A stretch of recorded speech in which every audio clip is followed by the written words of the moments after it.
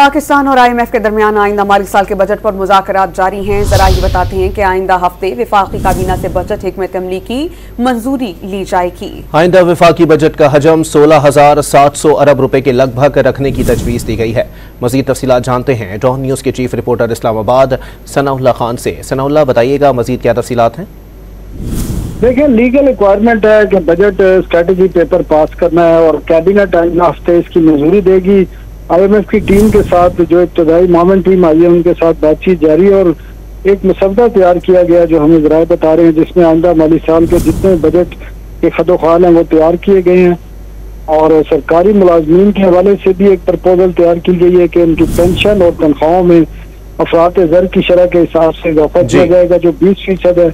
इसके साथ जो हुजम आपने बता दिया 16,700 है। इसके साथ जो माली साल के दौरान जो हुजम था वो 14,500 अरब था। सूद की अदायगी के लिए 9,000 अरब और पेंशन के लिए 960 अरब। इसी तरह सिविल गवर्नमेंट के जो अखराजात हैं वफाक के 718 अरब रुपए होंगे। जी, बहुत शुक्रिया सनाउल्लाह खान अपडेट करने के लिए।